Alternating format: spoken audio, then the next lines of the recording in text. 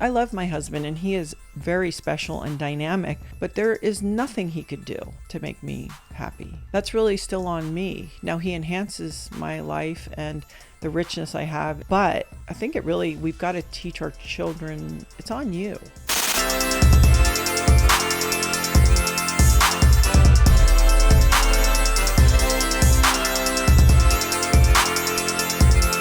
I first of all want to ask you about why, for yourself personally, why do you make your own health and fitness a priority? I think it was luckily I got forced education coming through sports. And so, playing in high school, playing in college, playing professionally, and hopefully you're paying attention enough that you start to really understand that feeling good physically also supports your sense of well-being. Yeah. And so, quite frankly, I think it was that default, and also even being injured. Playing sports, I've had many injuries, and you knew what it felt like to need assistance, even if it was temporary. Yeah. And so once you learn that, and you can learn it young, especially with injury, you think, oh, I'm going to participate in avoiding this, and I'm also going to realize that the greatest gift that I truly own is my health. And then it got reinforced. I met Laird at 25. And so now I'm in a partnership with somebody who, for the same and different reasons, sees their health, emotionally, mental, physical, as a priority. Mm-hmm. So just for people who don't know, Laird is my husband, Laird Hamilton. He's known as a big wave surfer, waterman, and he's pretty extraordinary. I mean, he's an extraordinary person, but as far as an athlete goes, he's a very unique athlete who is 59 years old and pursuing his sport at still a very high level. And, he's paid a really strong physical price for that. People think, oh, it's like, no. There's constant maintenance and other things you have to be doing, but it's living with somebody who goes to bed early, who even is managing not only what they're eating, consuming, but what they're consuming through their eyes and their ears, and so what he's reading and what he's watching. So I've had these really good influences, and then it sort of became part of my business. So it's like you don't want to be. It doesn't occur to you that you're a hypocrite, but part of it is you better be living it. If you want to talk about it and share it and learn and do all these things, you better do it. Yeah. I love that. I mean, one of my favorite qualities about a person is people who are congruent, Obviously in this day and age when you can portray all kinds of stuff very easily, but when you're in the room with somebody and you get a chance to see how people are operating in the real world, like those are the people I'm very attracted to. And you just mentioned something incredibly powerful, which is the power of relationship and its influence on our health. And it could be either rewarding or detrimental. So for you coming into this with an incredible background in athletics and then essentially having a match put together, right? So you're basically creating the conditions that makes health and wellness more accessible. Yes, and it also makes it not something that you do, it just is, and it's a part of your life. I will say this, and I think it's really important. It also has to be done in a way that there isn't that stress around it, because then that's counterproductive, right? Like you're trying to eat and do all these things, but I know a lot of people who they almost put a stress around it, and I feel like that's not the way either.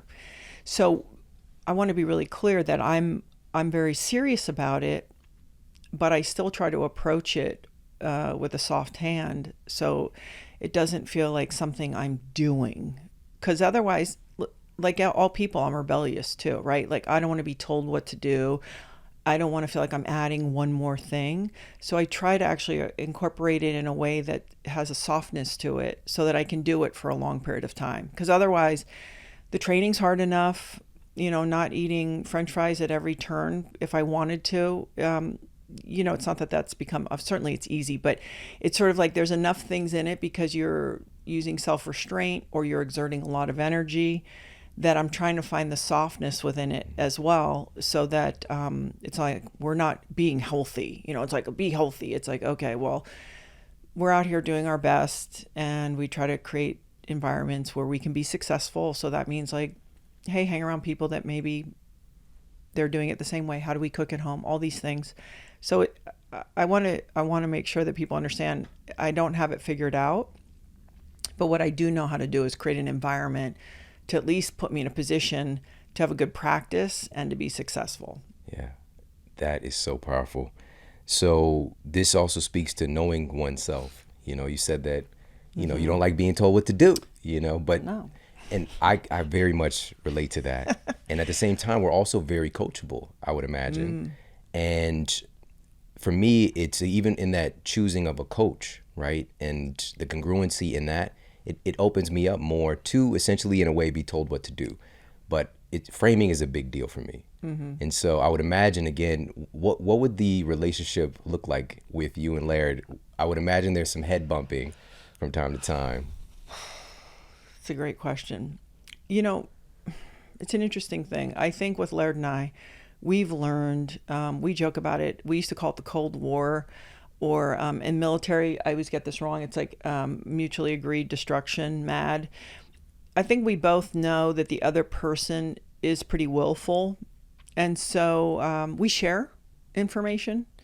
And I used to joke that if I found, let's say I researched a supplement for like 2 months and I thought, you know what, this thing is showing up rock solid. I would never go to Laird and be like, I've been researching this and and this and that. You should take it.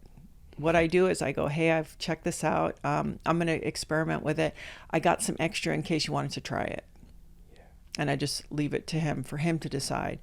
So we've learned, what's that thing about a warrior has a sword? They just choose to, they choose not to unsheath it. And I think both Laird and I are really trying to practice that, not only in our individual lives, but our lives together, which is, I'm not here to tell you how to live. I'm not your mom, and you're not my dad. The joke is sometimes I have 3 daughters, and he'll be like, you all, da, da, da. And I'm like, yeah, no, I'm not your daughter. Like, I'm your chick. And like, so let's not do that. Right. So I think it's respecting the other person, but it's really hard at times to learn from the person closest to you, because all their, let's put them in quotes, flaws, as they know yours. But what I try to do is I try to really keep paying attention, because Laird is very smart and he brings a lot of interesting things to the table. And so I try to keep paying attention with new eyes. And it's like having kids that you change their diapers and now they're young adults. It's like you absolutely can learn from them.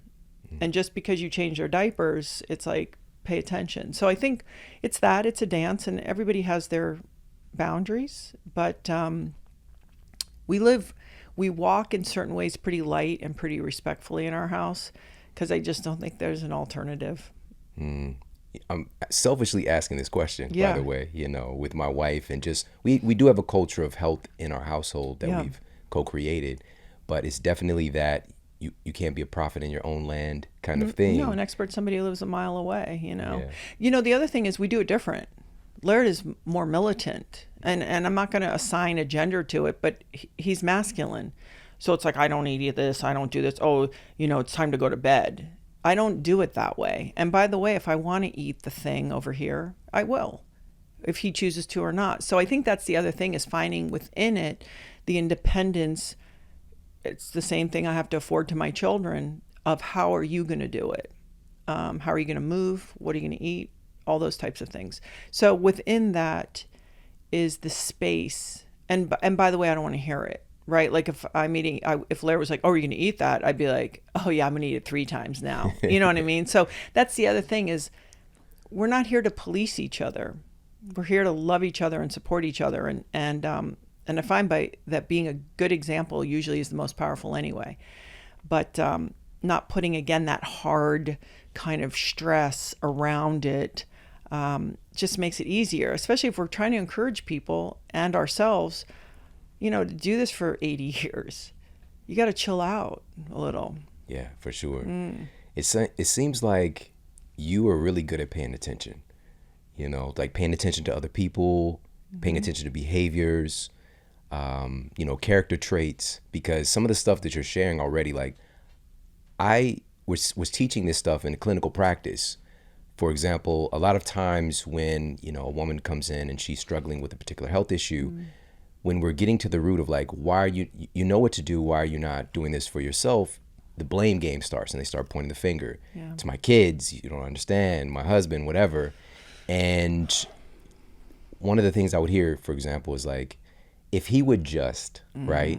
And I started to give women an insight into a man's thinking. Again, this is some stereotype stuff, but also it's largely true. You mean there's some biological things that happen to show Absolutely. up and are true? You just gave a great example. Literally, what you shared about how you would approach Laird with finding out about a supplement, for example, I would coach them like, don't tell him that he should do this thing. Be more inquisitive. Matter of fact, like, hey, what do you think about, you know what I mean? So it's just approaching it a different way so that we think we figured it out, or we think we're the one choosing it. Yeah, right. And I find it interesting in this day and age where people they want to go at everything and have a set of rules, like it should be like this and that. And that's all fine and dandy.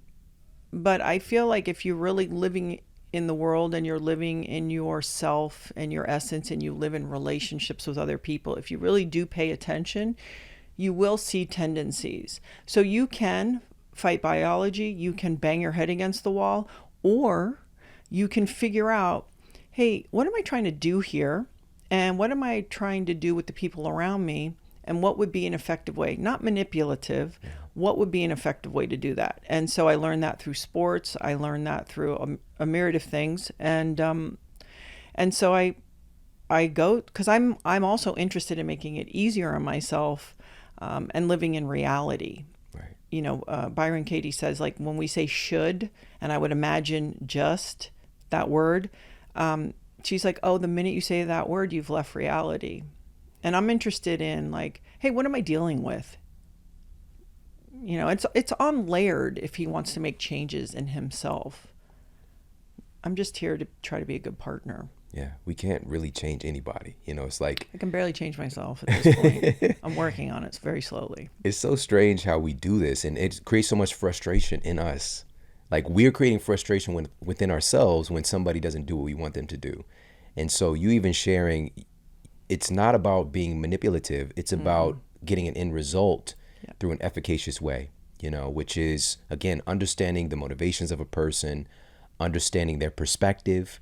And rather than saying somebody doesn't listen, you find another way, and that takes for us to step back. And also, even with the 5 love languages and thinking about how people love, give love and receive love, and paying attention to those things. Yeah, because it's really rewarding when you can go outside of your normal way of doing something and meet somebody where they are, because they're doing the best they can too. And that's what you realize. And the other thing on this that I think is really important for people to recognize is there's typically a trait, and it's usually the one that is challenging about the person, that you absolutely can draw a straight line to the thing that you love and respect about them most.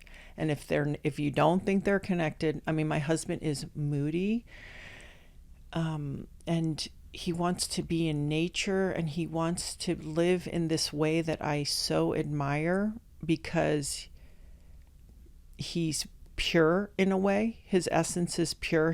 Like I said, to be in nature, but connected to that is this person who's like, why do I feel domesticated? And so why would I just respond to the one side? Why would I not try to help him and figure that out? And it's the same with children. It's the same with friends. It's the same. So I don't know if it takes a little bit of distance and maturity to be like, of course they're like that, because look exactly to the straight line to what it's connected to.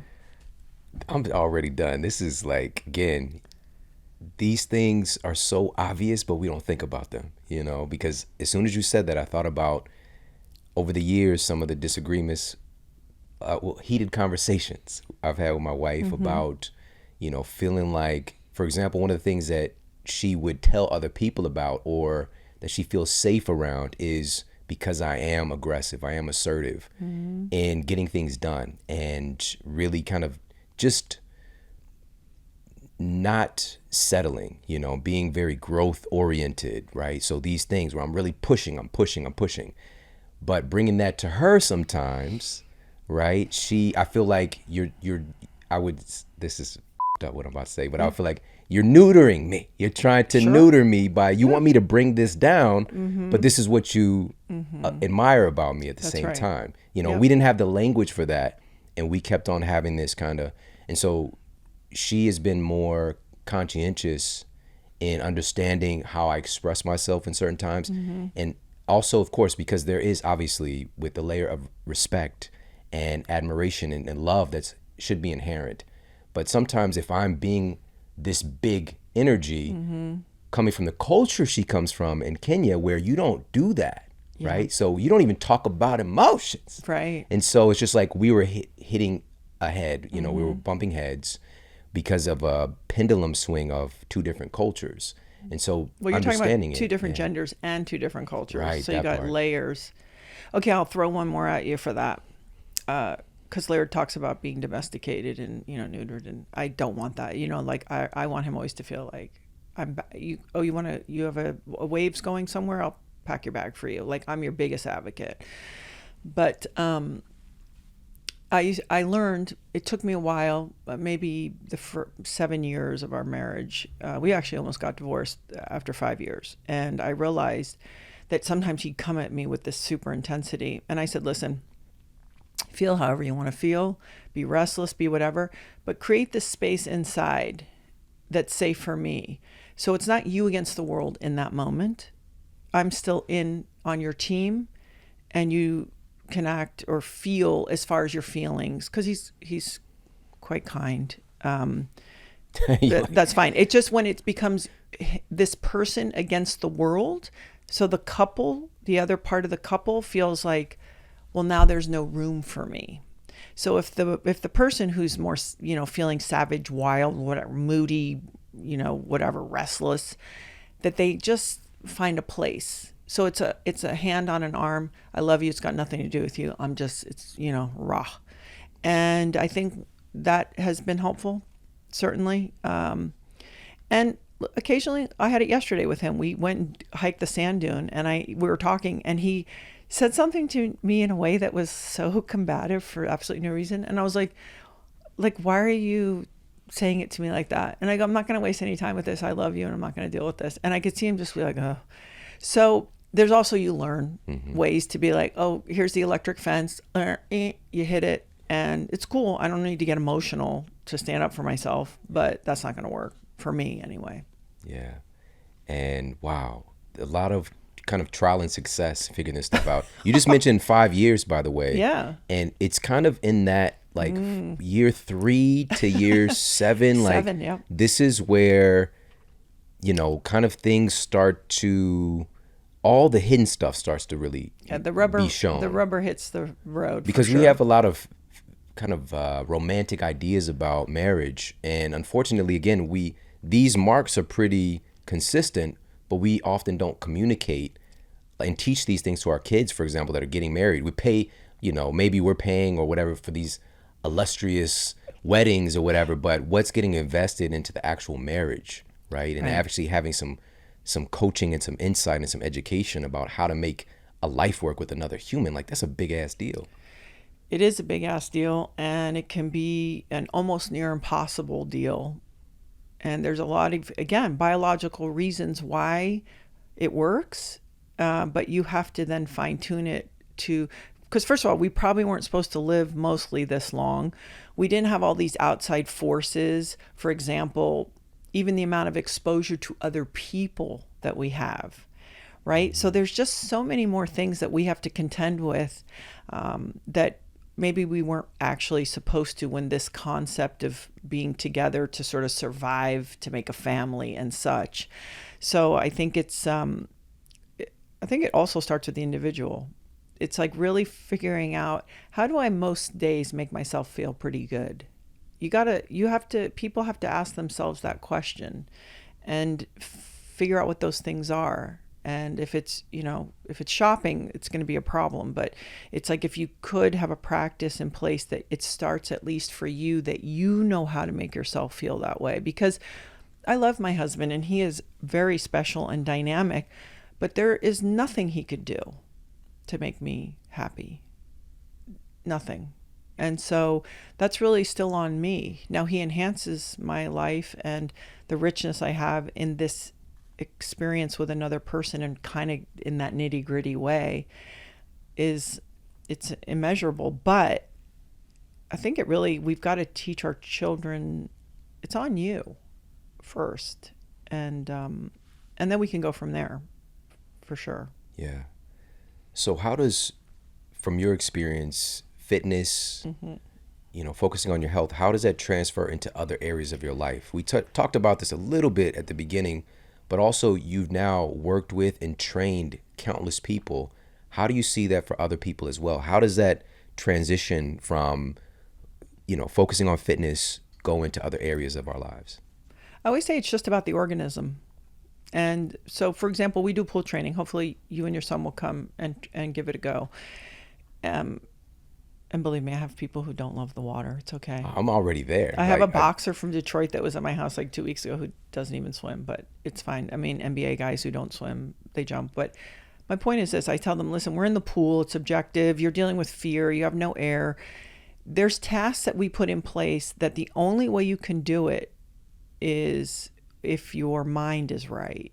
And the water's an objective, representation of that. It's not my opinion. So I can say to you, okay, we're going to go there and back with no breath, with weight. And the first time you may not make it, but the second time you did. The only difference was your frame of mind, right? Okay, your eyes were more narrow, you were more relaxed, your jaw, even how tight you're holding the weight burns oxygen, right? All these little leaks that we have as people, holding tension and stress and all these things. So my whole thing around fitness is I'm trying to make the organism more efficient. I'm trying to make the organism more sensitive. And so it's great. You want to bang iron, you want to run around a track, you want to do CrossFit, whatever, you want to swim, whatever the myriad, hopefully you have a combination of a bunch of things, yoga practice. It's so that I can function in my day-to-day life better, that the organism is more in tune and more efficient. I think a lot of people get it wrong with like, oh, my bicep, my pecs, all these things, my sport, which is cool. But I think it actually is a bigger thing than being healthy, being fit. It's being effective. It's being efficient. It's being resilient. It's being intuitive, right? Like you feel your body more, so then you feel the world around you more. And being in this space, I mean, I went to college in 1987 as an athlete.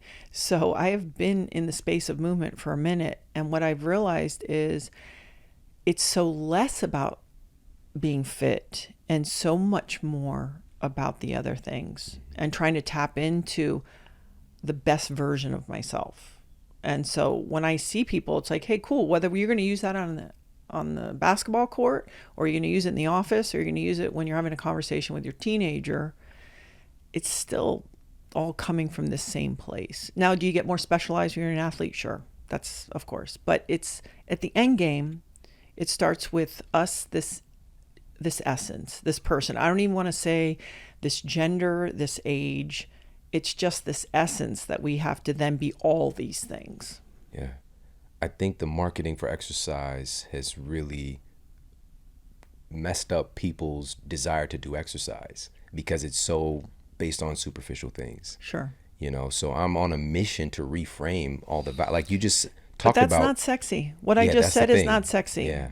It just isn't. I mean, you have to really do it long enough to understand that.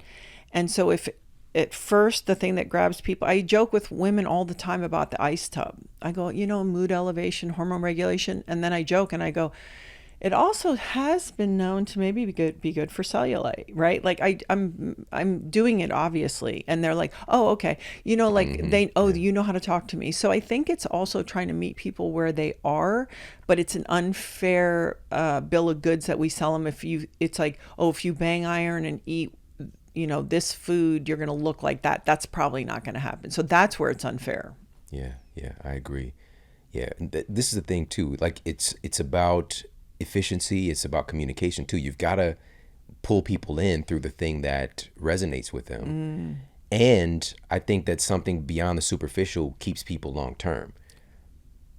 Well, when you feel good, like Yeah. you sleep better, no food tastes better, and your energy's more consistent, and somehow you're not, as pissed off. And I always call it also distance from the edge. So the edge being my emotions, my reactions. I mean, maybe I'm sitting in this chair and I appear to be calm. The reality is I'm probably 4 inches away from being aggressive and aggravated and angry all the time.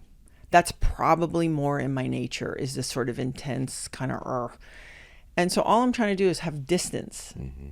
And that movement and that food gives me more distance to decide how I want to react.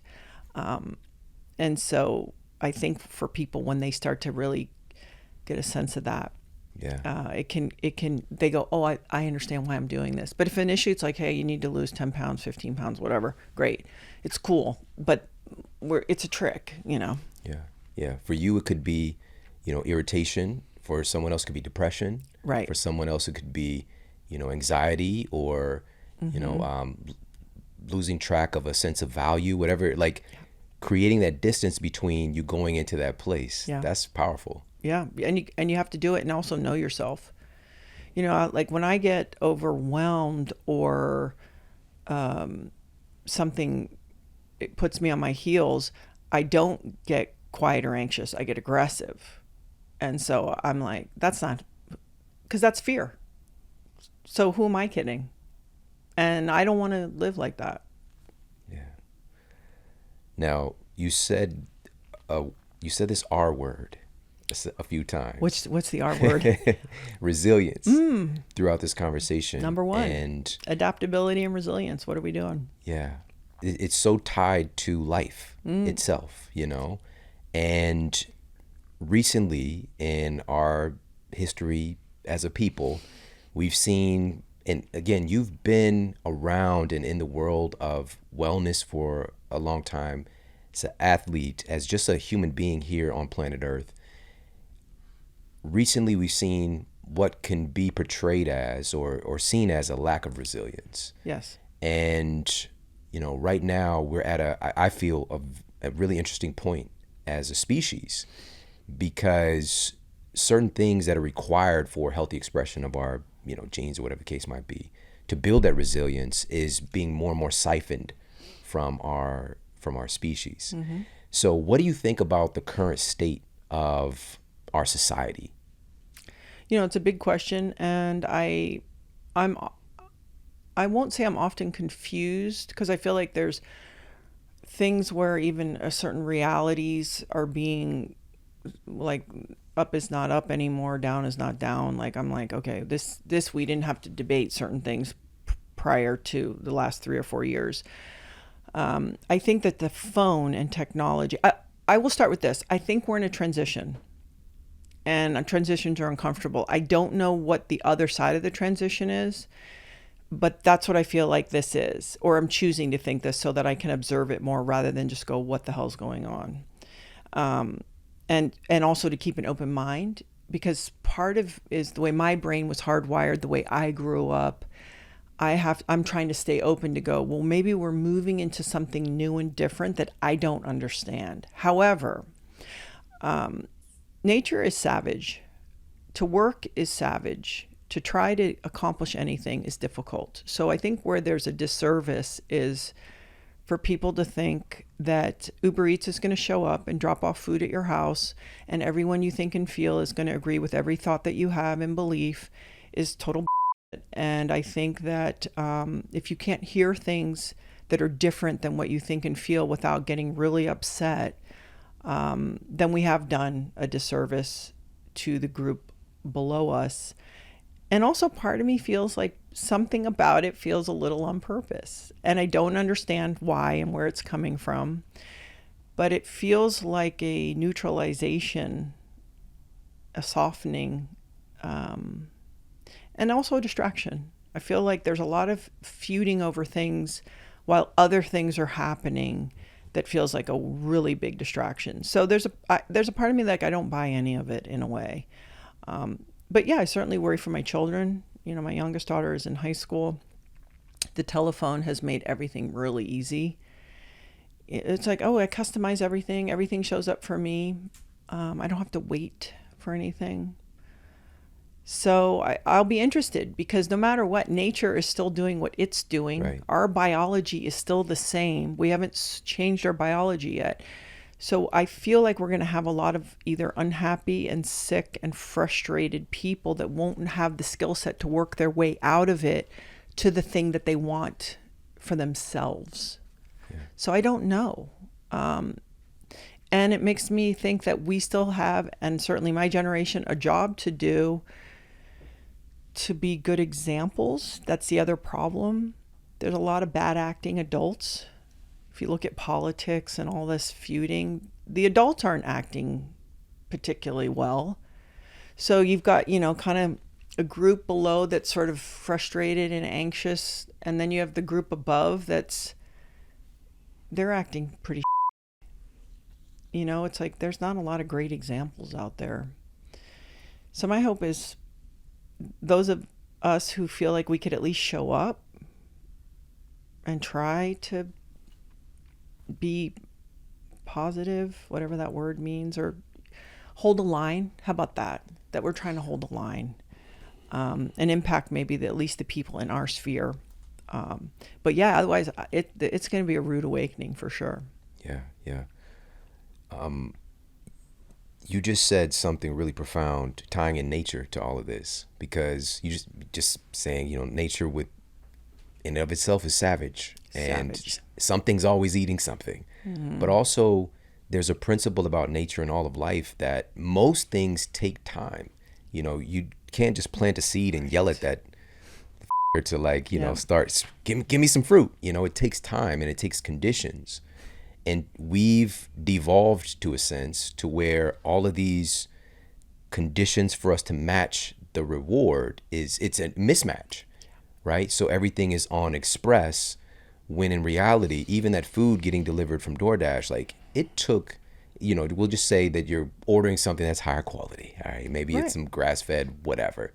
It took time for that grass to grow, for the animal to consume it, for the animal to grow, and all the different the conditions in the environment. The list goes on and on. The processing, the shipping, the yada yada. There's so much that goes into that. But we have this immediacy, and then we start to bleed that over into other areas of our lives. And also, coupled with that, we're pulling away movement. We're pulling away things that our genes would expect us to do to get to those things. I'm saying all this to say that, yes, there are people that can leverage those moments of expediency to I just made, hey guys, it's like somebody, he's just turned 20 years old. I made $1 million last month by, whatever with this algorithm on, mm-hmm. and they're selling this life to other people, right? That this can happen to you too. Here's a spoiler alert for a lot of those guys. It disappears just as fast as it came. Yeah. And for those that, and also for the most part, 99.9% of people aren't going to achieve those same results, right? So we're living in a distorted reality. And I think one of the most important character traits that we can instill in our kids and the next generation is patience. Oh, patience. It's already hard enough to come upon before TikTok. And now their brains are getting hardwired. It's 15 seconds. It's 8 seconds. I see it with my youngest daughter. Again, I wonder, I heard this quote that, we don't live in the world we were born to, right? So I'm open to this concept that, are we merging with technology? I don't know. I'll be dead, certainly by the time it happens. But, the thing is our biology, like you said, as it is today, cannot handle the world that we're living in. I talked to a young man who just graduated from MIT recently, this gentleman, his name's Christian. And he was saying, he's totally in tune with this AI thing. And he goes, but my hope is it actually takes a little time, because what we would need to, because then he's saying, jobs that people don't want to do, right? And so I go, yeah, but the problem is in this moment, who we are, we don't self-regulate.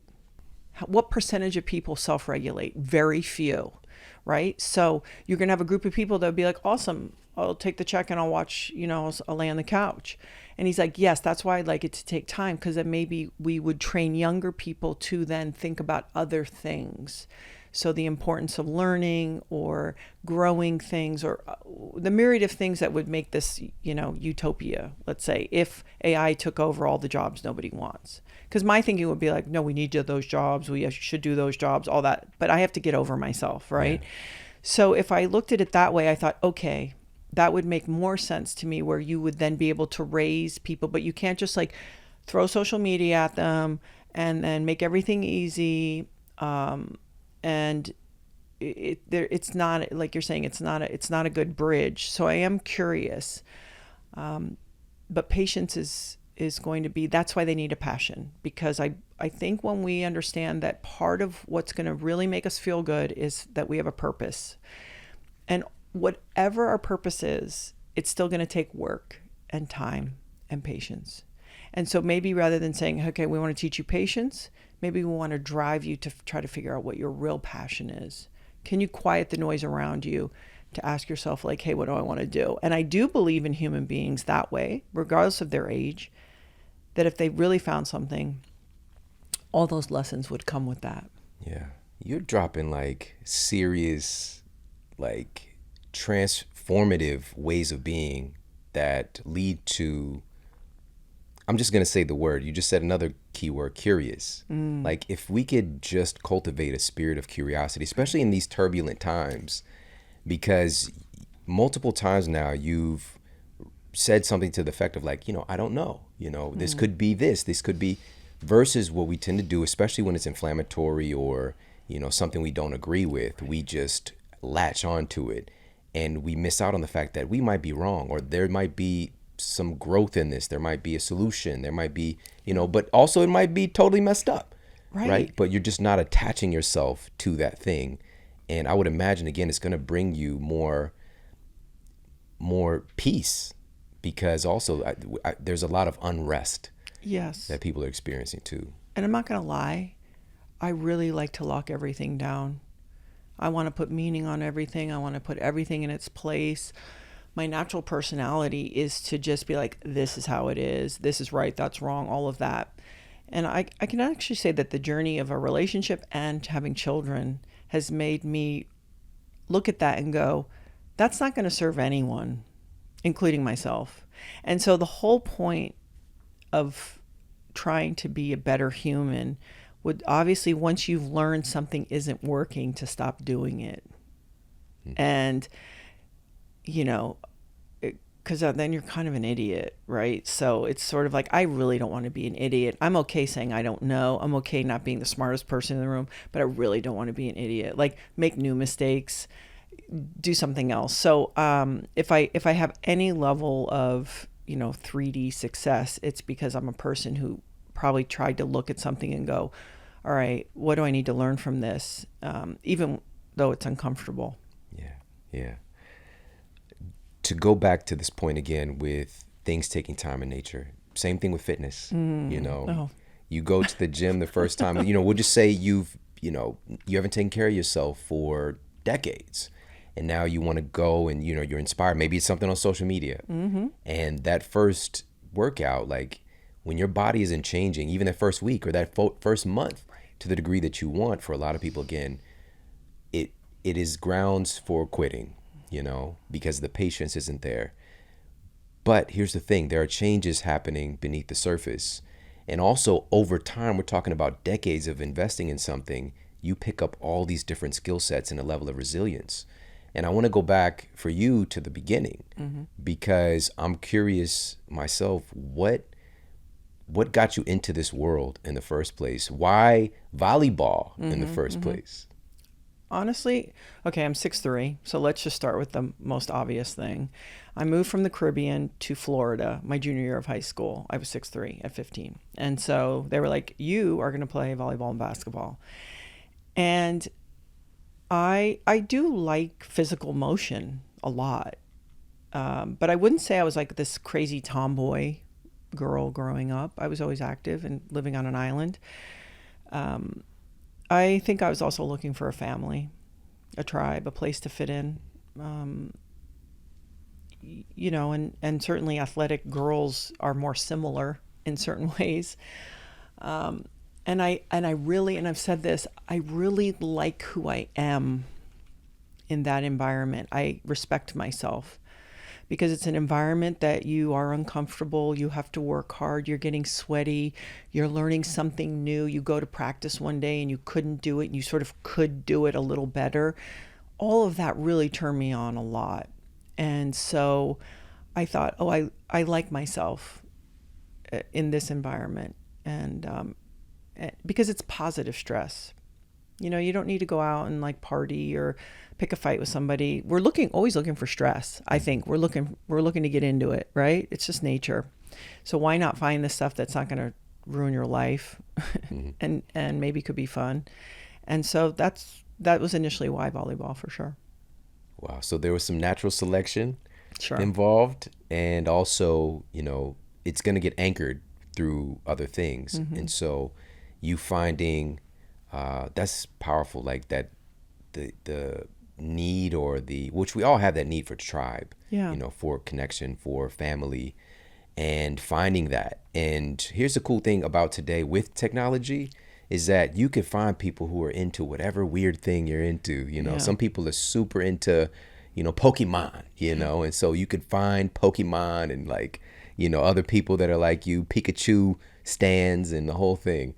And, you know, so that's one of the benefits. But from that, you know, how do we go from indoor volleyball to beach volleyball?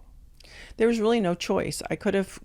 So when I graduated college, I had become a decent player indoor, and you go to Europe and play indoor professionally. That was your only option, or was never the plan. I was living in New York and going in college in Tallahassee. So I was modeling in New York and playing ball for Florida State, going back and forth, back and forth.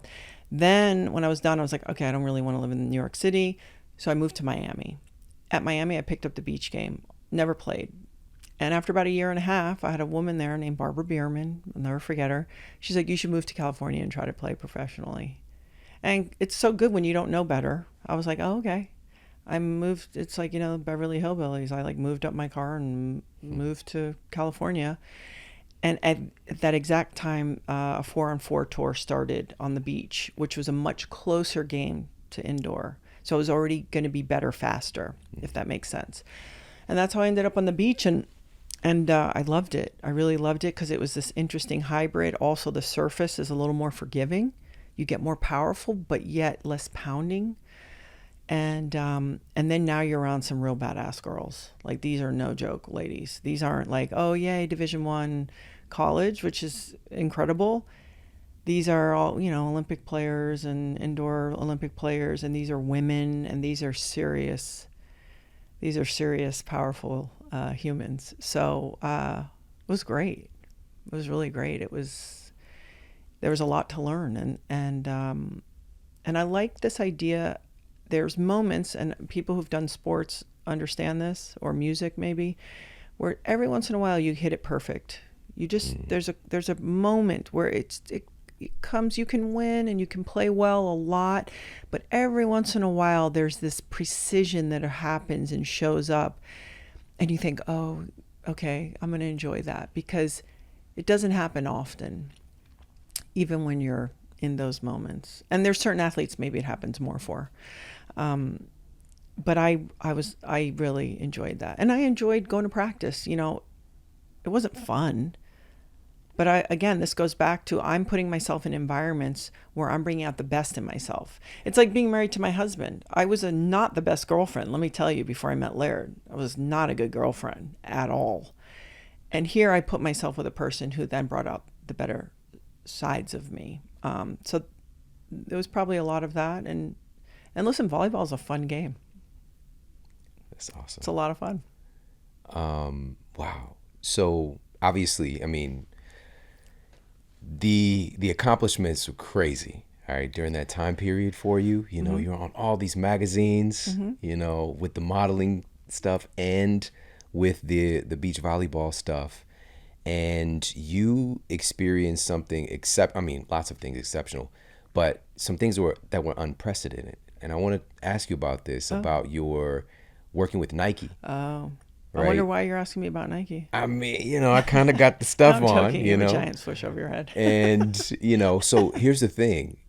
There were some iconic shoes already, with related to different athletes. Sure. But you were the first woman to have your own shoe designed with Nike. Yeah, I was very fortunate. I was given a designer named Tinker Hatfield, who might be one of the most famous designers at Nike. I didn't know that at the time.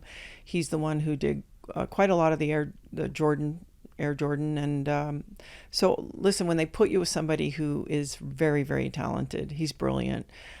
You're headed. It's a good chance for success. And I was a good communicator about what I wanted in a shoe, and my category was not volleyball; it was cross training.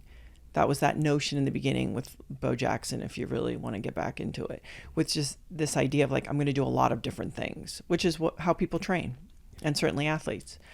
So this is called good fortune and good timing. And that's the other thing of life, is you can have quite a lot of things going your way, but if you're not able to recognize good luck or good fortune, you're silly, so that was what that is. Yeah. All right. Yeah. Yes, absolutely. There's that. And it's creating the conditions where good fortune can show up. Absolutely. Yeah. Listen, I was,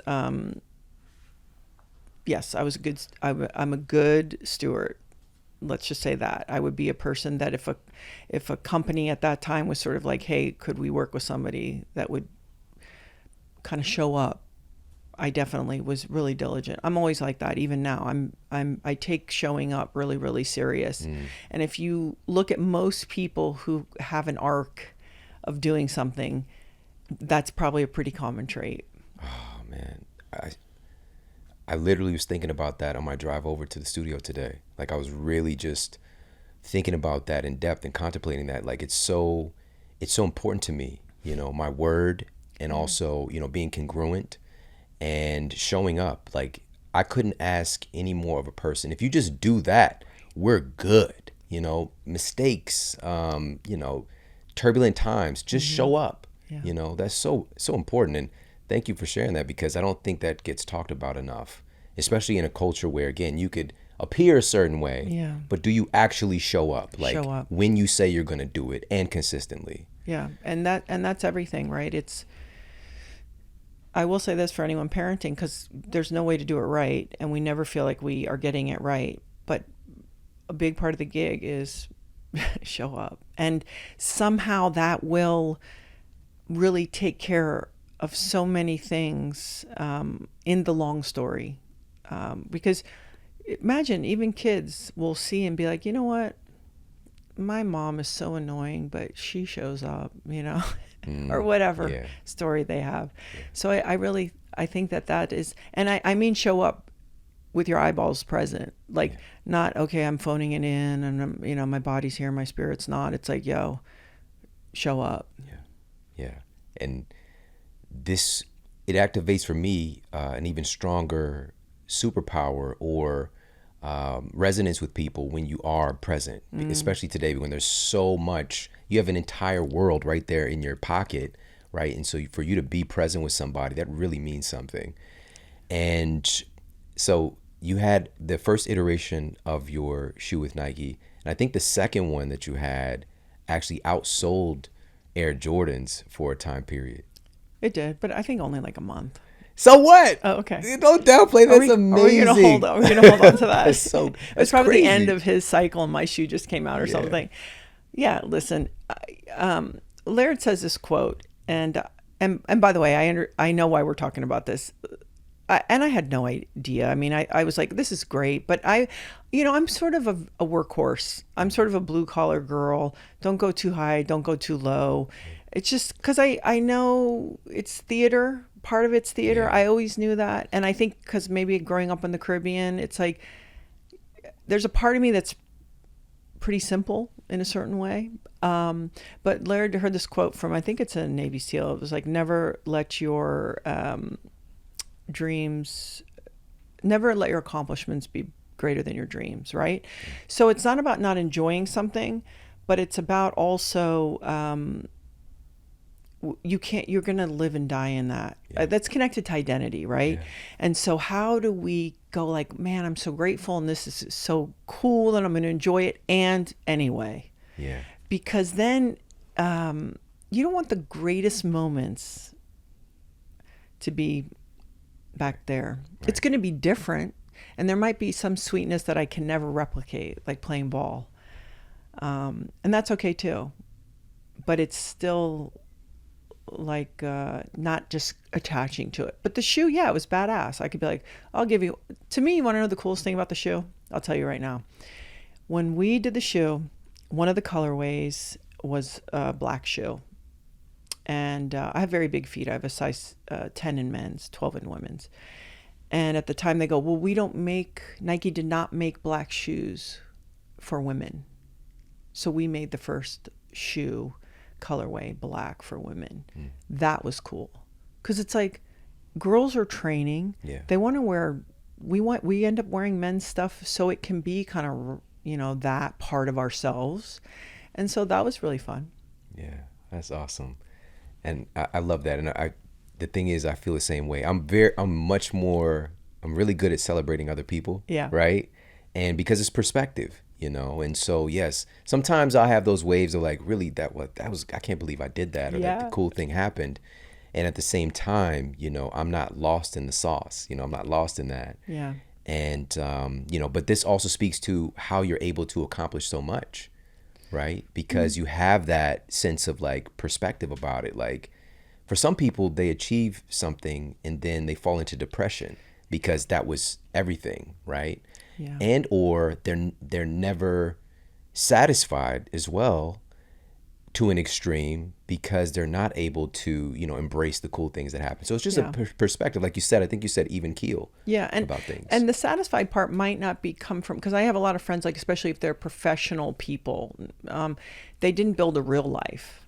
So the problem is you got to keep going into the other thing and the next thing and the next, because your real life is probably not that developed.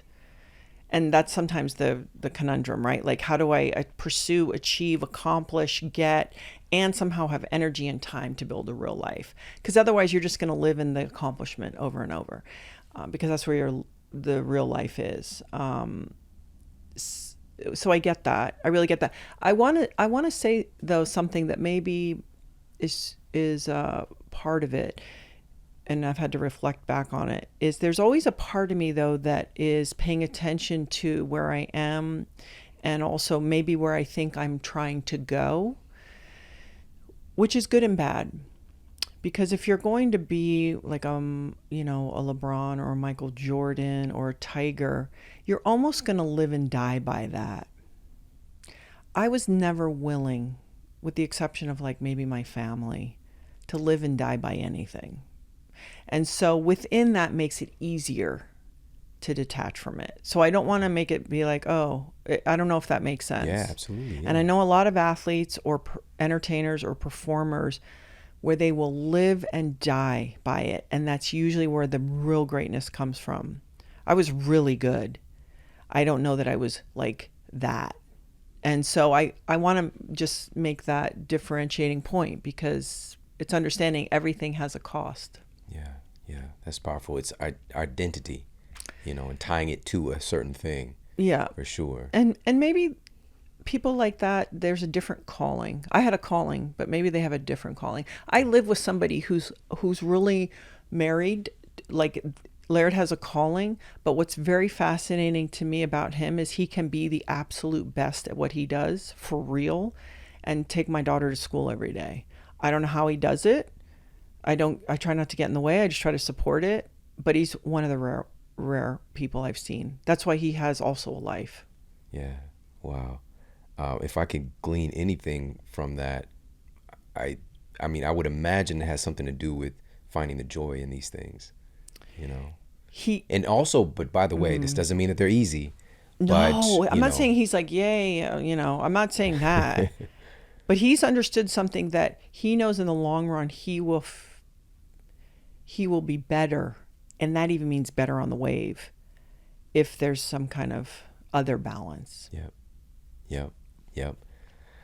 I want to ask you about being a parent and being in a relationship, and all the years that I was working with people in a one-on-one context, teaching classes, all these things. A really consistent thing for parents, especially for moms, was putting themselves last. Putting themselves on the back burner. Self-sacrifice, even if it wasn't conscious. Yeah. And there is some nature involved there. And this is where we get into our ability to understand nature and also to look towards evolution. Like, what could we do to push things forward? Right. And so for you, how have you approached or adapted to, being a mom and still making your health and fitness a priority? I'd say this is where I'm a little ruthless, I would say, is whether when my kids were babies, whether it was 7 minutes, if I had it, I was going to take care of myself. So what I've gone into my life understanding, for me personally, not everyone is like this, and it may not work for them, but for me, it was me first, then weirdly my marriage, because I'm in one, and then my children. Now, that's not to say that they're not always first. Of course, they run it's their world. But as far as making sure I'm trying to really take care of myself, and that doesn't mean long periods of time. It could be 30 minutes. As they get bigger, it's more. Making sure there's that quality time with my partner. And then, of course, you're there to serve your children. And I mean, of course, I had to compromise it all the time, but that was always the target. And kind of what was, my manual I was driving for, because I knew if I wasn't happy, I wasn't going to be very good for Laird. And if we weren't happy, our house wasn't going to stand particularly well. And so better to give the girls these examples. But yeah, it doesn't matter. It doesn't mean there aren't days I'm not mumbling under my breath like, oh, these people, or the other thing I've learned, and I will say this, because again, it's easier. If people have very small children, I want them to give themselves a ton of grace and the faith that it's going to kind of level out. So just, it's the way it is. You're sleep deprived and you don't get a moment to yourself, and that is totally natural.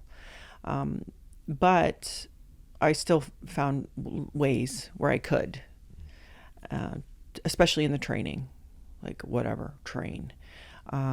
But that the other thing is that there are days I have work, we have companies and businesses that I'm at my desk and I see the road and I see the calendar and I go, oh yeah, I'm not going to get to it today. And I let it go.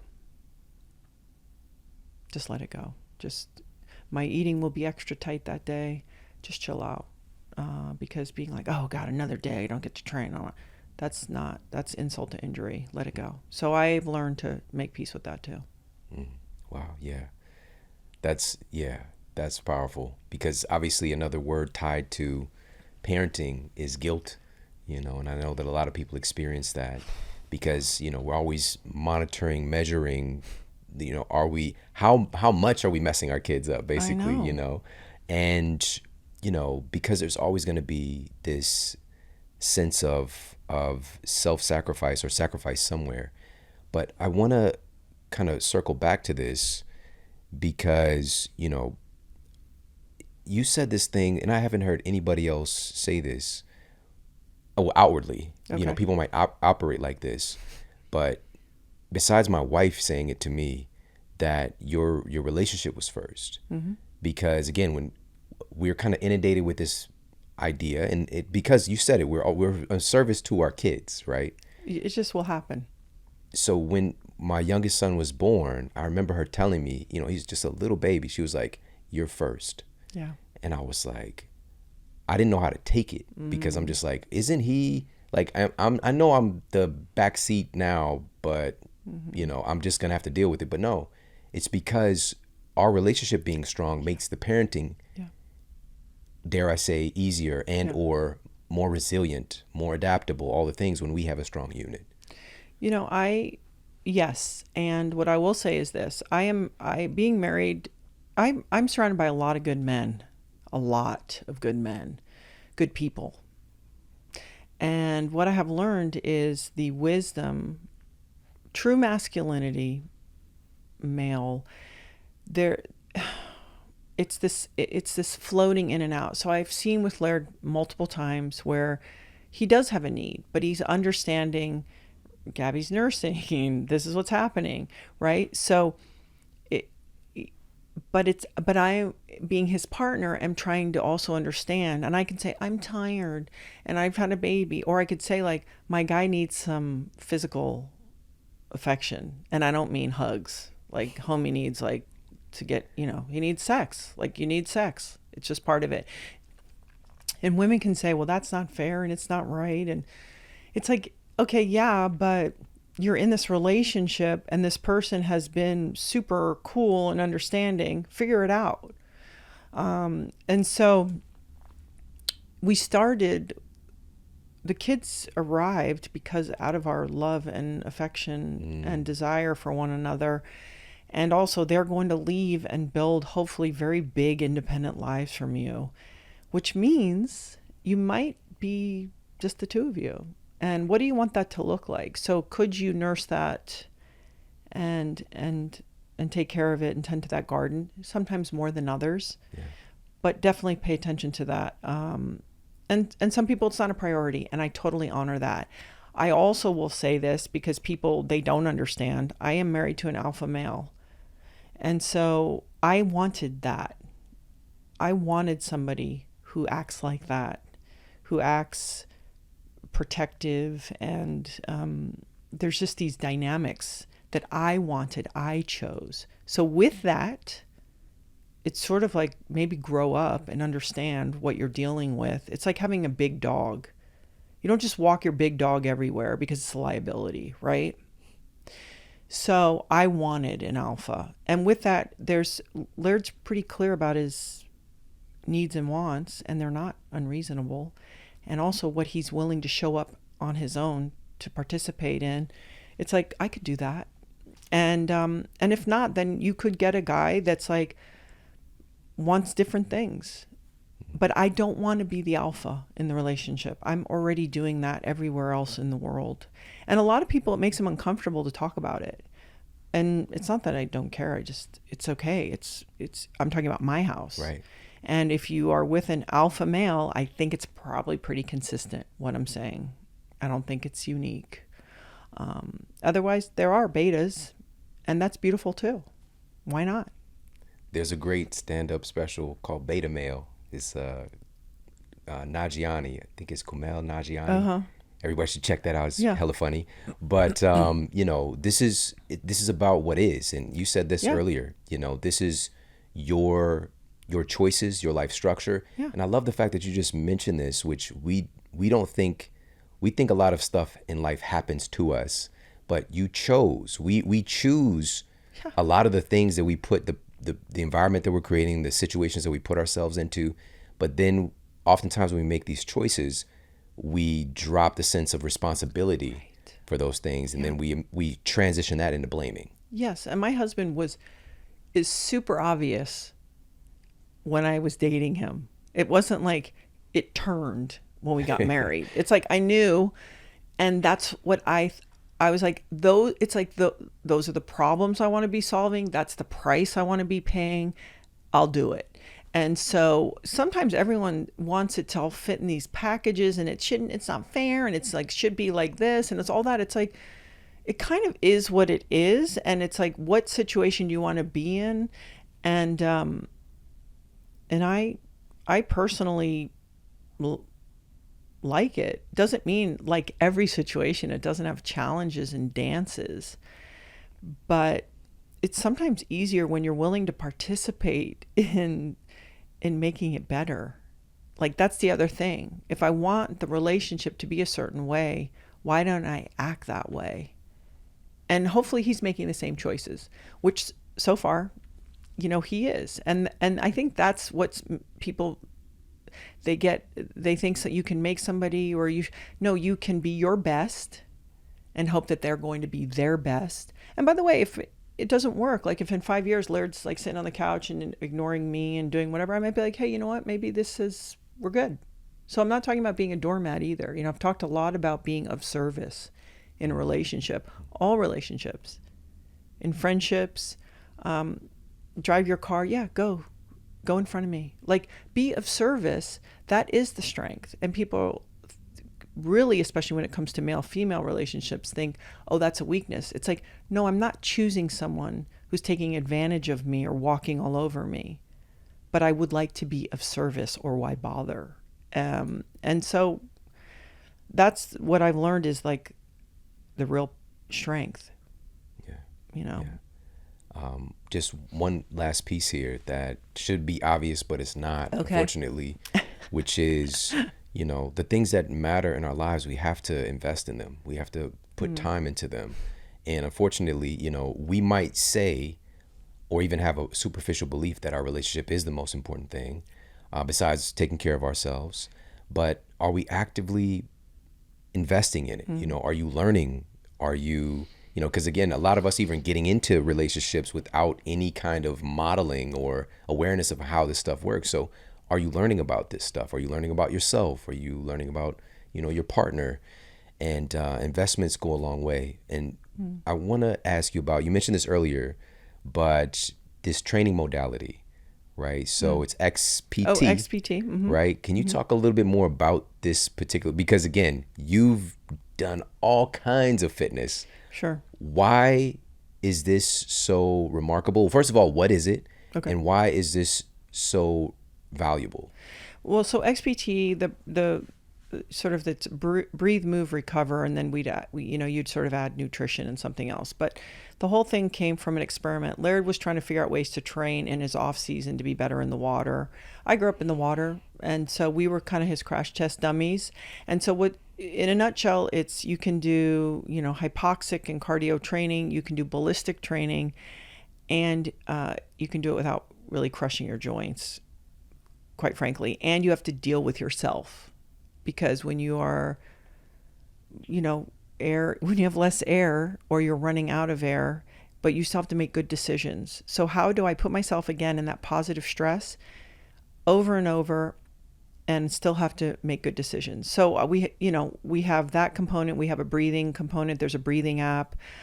We incorporate heat and ice like so many people. We've been doing that for probably about 10 years. So the whole idea would be like, if you are going to recover, participate in recovery. So using breath or using sauna or using ice or the combination. The movement is important. So there's a movement aspect, and then the pool, though, for me is sort of one of the more interesting components, because I think it can help, certainly selfishly myself, train much harder, much longer. Not only in the duration of time I'm training, but for years. And we have a ton of athletes that do it as well. And what I want to say about training, and you know this from your own experience, it's about a lot of different things. I do HIIT training. I think Dan Garner, do you know Dan? He's a nutritionist. He works with Andy Galpin, Dr. Andy Galpin. He said something that really stuck with me, and I'm going to say it. When anyone talks in absolutes, run. And so training is a constant, and it's like doing things and changing and doing. So this is one way. And what we say about XBT too is there's certain fundamentals that are going to be forever and universal, but we're trying to still learn and grow. And so to, tweak and add modalities, but the pull training is very unique, I will say. And because most cardio also takes kind of a certain toll on your body, and this is a way that you can do a lot of cardio and not crush yourself. And if I was a jumping or ballistic athlete, I would put my butt in the pool. I wish I had known about it when I was competing, which of course I didn't. You always get it after, because it's pretty extraordinary. I can go and do 400, 500 jumps in the pool and get the benefit and not feel just beat up. Can you give some more examples like that? So you're underwater. Are you fully submerged? So, Can so you there's share? about 35 exercises ish. So let's say on the deep end, 10 to 12 feet, I'll take a single dumbbell and jump off the bottom and then use my hand to come up to the top. I take a breath on the in when I'm up. So take an inhale. On the way down, you're letting all your air out. So let's say I could say, okay, set a 10. Then I could, let's say someone was more advanced.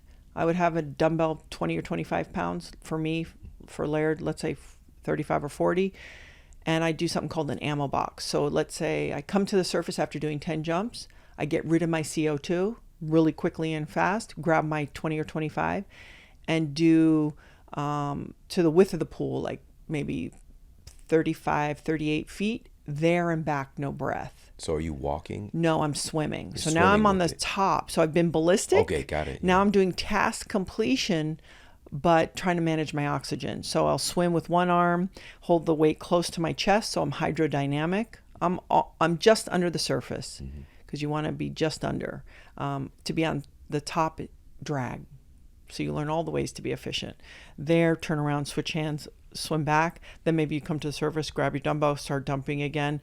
Or there's warm-up sequences I have where I have 2 light dumbbells and I do a jumping jack. So I jump up and I kind of do this big circular motion, and then my head comes out. I'll do 100 in a row. It takes about 7 minutes. That might be a warm-up, but it's also a mental game. Can I be patient? Can I wait? At 50, I might go 50 more. You know, it's like all that stuff. There's times you're doing drills walking on the bottom where you think, I feel like I'm out of air and I'm only a third of the way through this drill. Literally. And you have this moment where you have to go, all right, what are you going to do? Like, what are your thoughts going to do? Because your thoughts burn oxygen. If my eyes open too wide, I'm burning more air. So how do I, in the moment of stress, go, okay, downregulate? And what you also start to realize, because you get the relationship with feeling, quote, out of air, that it's your CO2 intolerance, that you're actually having to build your, what they call the Bolt score, your CO2 tolerance. So just by letting a few bubbles out, it can buy you a whole length of a pool. So it's sort of all these different things. I have an incline on my pool where I'll just do heavier weight, ballistic squat jumps, not very deep, maybe at 7 or 8 feet. So you're coming out, so you can load them up. And then there's a ton of drills, even in 3 and 4 feet. So there's these different gears. I liken it when I teach people to talking on the phone. So you're on the phone, you're in a business deal. These are your ballistic movements. And you're like, no, that deal's not good enough. And this and that. And then all of a sudden your 6-year-old comes in with a drawing for you. I made this for you. And you have to switch gears. And so ballistic up and down to task completion, you better slow it down.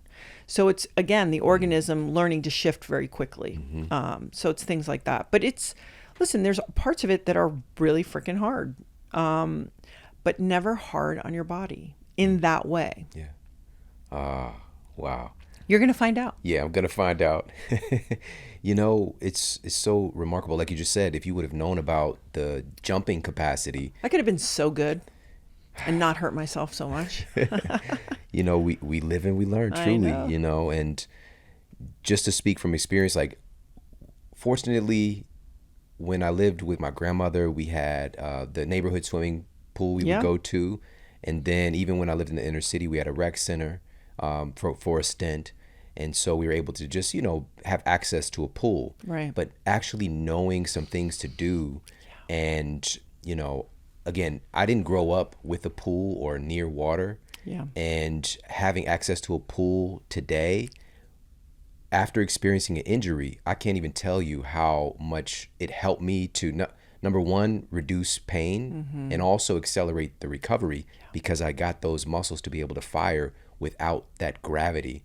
And, for example, like tearing a calf muscle and then being able to actually take steps. I couldn't take steps like just on a road. I was like limp, like the muscle wouldn't fire correctly. But in the water and walking slowly, I could get it to fire. Yeah. And you get that support from the water. And being able to I couldn't do calf raises standing outside the pool, but in the pool, especially the deeper I got, I could get up onto my toes, right? And so taking those things, because that your brain and your nervous system, it's not even always the muscle itself. It's a safety thing, right? And Oh, creating yeah. that safety signal. And if you really know your body, especially again, the years that you invest, you know when you're okay to do certain movements, but your brain and nervous system could be trying to protect you. Right, as they should. Yeah. We have Christian McCaffrey and a kid, Ronnie Stanley. We had a lot of ankles last year, and it was interesting to watch them be able to be explosive without that fear Yeah. of, oh, when I land, it's not going to be, really, really brutal. Yeah, no, the water is a gift, and I would encourage people to, it's not about swimming, because swimming for a lot of people is boring. It's hard too, by the way. Swimming for swimmers, hats off to you. But you can use the water in a real way. And it's metaphorically, I always say to people, especially people who are a little reluctant to the water, think about water when you develop a relationship with it. Water, everyone thinks pulls you down. But when you develop a relationship with water, you realize it can also hold you up. And when we can get that, it's soft, oh, it's hard, right? Like, how do we learn to drive ourselves, our bodies through water? It's really an interesting exploration for sure. Well, this has been a great exploration, hanging out with you and learning. And, you've been teaching people for so many years, a wide variety of health and fitness modalities, and also, creating things as well, programs and nutrition. And also you have a show as well that's just like freaking awesome. You have some of the most incredible people on your show. Can you let everybody know where they can find your show, connect with you, learn more information about your nutrition products and things like that? Well, first of all, thank you for having me. And can we say that when we first met, that I said to you that, oh, I was thinking about you, and then you pulled out your notes, and I was on a list of like a few people that you, I guess, thought you were going to reach out to? Yeah, I just written your name down that day, and then we ended up meeting each other. Yeah. Crazy pants. It's crazy. So the Gabby Reece show, I know, really original. My whole thing was like, and even we have a food company, Laird Superfood. How do we democratize health a little bit? Because the other thing is sometimes you get into it and you go, oh, wait, this shouldn't be for only people who have the resource of time and money.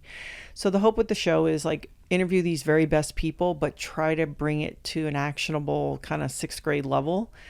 Because there are so many things, as you know, because you're talking to people all the time, that are out there, whether it's in fitness or in medical care, science, that is available to people right now, and maybe they don't even know. So that my hope with that is, I call it also forced learning, which is what you're doing, where I'm reading tons of books and having to talk to people and learning more, and I'm trying to figure out how to keep that pocket of my life open. So what I love about the show is learning from other people, but it also really keeps that forced learning going any way I can.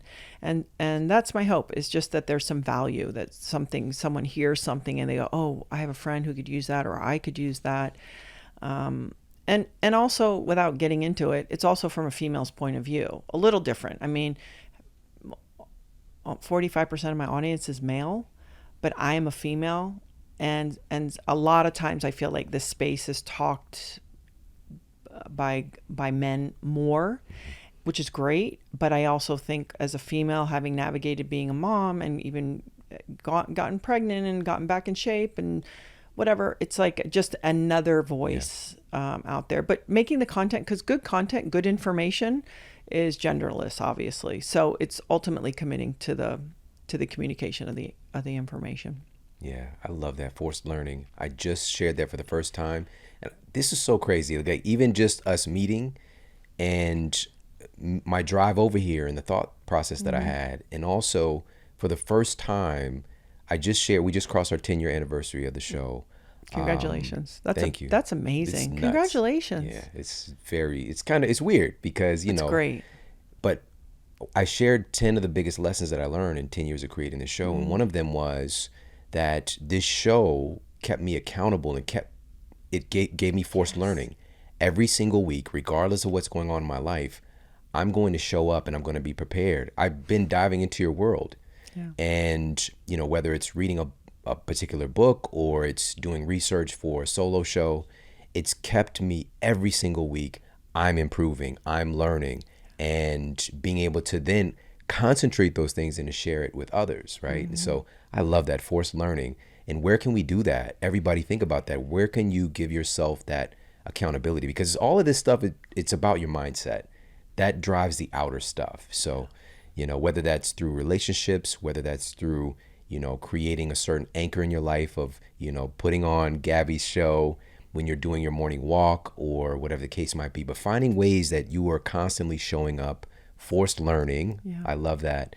And again, so people can subscribe to your show. And also, where are you on social media too?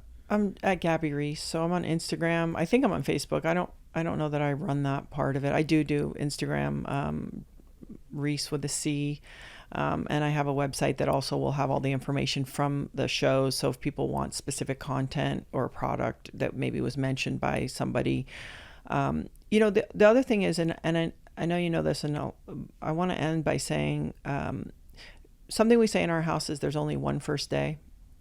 And you were talking about like when people get started, they don't see it's that first day. Just get through that first day if people haven't tried it. And it's not about changing everything all at once. So if someone's trying to improve their eating, it's not about like, okay, everything you love is gone. It's just making those small steps, but it's really about the practice. It goes back to what we started with, which is the people around us, the environment, and just having a practice. Because you and I could have all the information right here in our brains, and we might know, and I use that word lightly, but if we don't have a practice in place, you can't be successful. So for anyone listening, it's like, hey, just do the best at putting a practice together, because that's actually more important sometimes than the information. Absolutely. Absolutely. Besides that, it's theoretical. Yeah. And talk to anyone who does it. It's like they spend more time doing it. Trainers have no time to train. And, so it's normal.